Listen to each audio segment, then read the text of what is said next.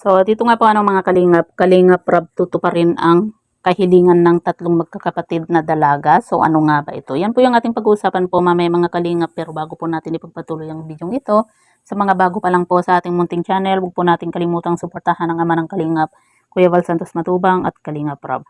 At paunawa, panoorin po muna ang full video bago mag-comment para malaman ang nilalaman nito. So, dito nga po mga kalingap Rab, tutuparin ang kahilingan ng tatlong magkakapatid. So, ano nga ba ito? So, dito nga po mga kalingap. Sa muling pagpunta nga po ni Kalingap Rab nga po, dito sa tatlong magkakapatid, nadatnan nga po ni Kalingap Rab na tahimik po itong si Chris.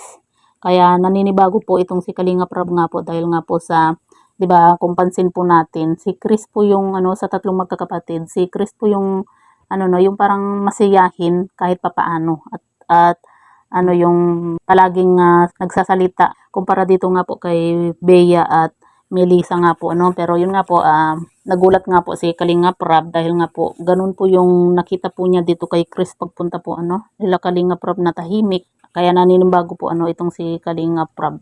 Kasi yung huling pagpunta po nila sa mall, si Chris po yung talaga, 'di ba, yung nakikita po nating na talagang busy pa po sa cellphone, tapos yun nga, 'di ba, yung masigla na po siya.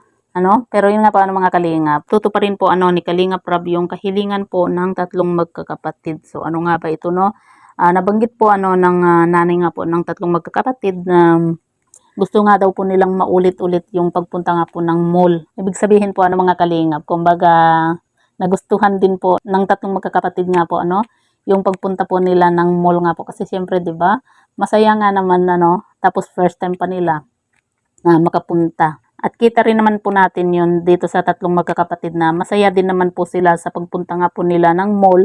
Kumbaga hindi lang po nila naipapakita pero alam po natin na sa loob-loob po nila masaya po sila. 'Di ba? Kasi nakapasyal na po sila. Kumbaga sa ngayon po mga kalingap, malaking pagbabago na po yung mangyayari nga po dito sa buhay po ng tatlong magkakapatid, lalo na po at natulungan na po sila ni Kalingap Rab, 'di ba? Hindi lang po isang beses, dalawa, yung gagawin ni Kalingap Rab nga po dito sa tatlong magkakapatid na ipasyal po sila sa mall, 'di ba?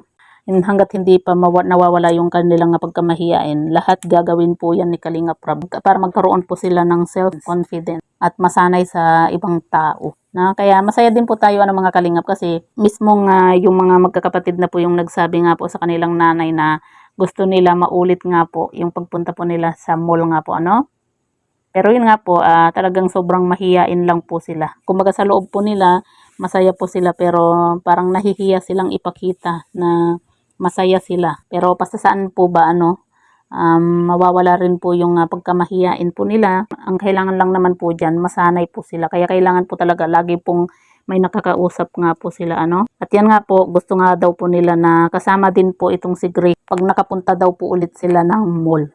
O 'di ba, masaya po tayo na ganun po yung maririnig nga po natin na gusto ulit nilang makapunta nga po sa mall. At napansin po natin dito kay Bea ba? Nalilito ako minsan sa pangalan ng tatlo. Si Chris, Bea, tama nga. Ay, Melissa. Melissa ba? Or Bea? Nalito na tuloy ako mga kalingap sa pangalan ng tatlo. Ni Melissa, si Chris, talagang ko na yun si Chris eh. Si Melissa ba yung kulot ang buhok? Comment nyo lang po mga kalingap. Nalito na ako sa pangalan ng dalawa nga po Kung mga masaya po tayo na yun nga po nung kinakausap po ni Grace nga po yung tatlong magkakapatid, nagsasalita na po at nakangiti nga po itong si Melissa ba or Bea dito kay habang sumasagot nga po siya sa tanong po ni Grace. Kaya masaya po tayo sa improvement din po ng tatlong magkakapatid. Hindi lang po nila hindi lang po nila tawag dito yung naipapakita ba yung saya nila, 'di ba?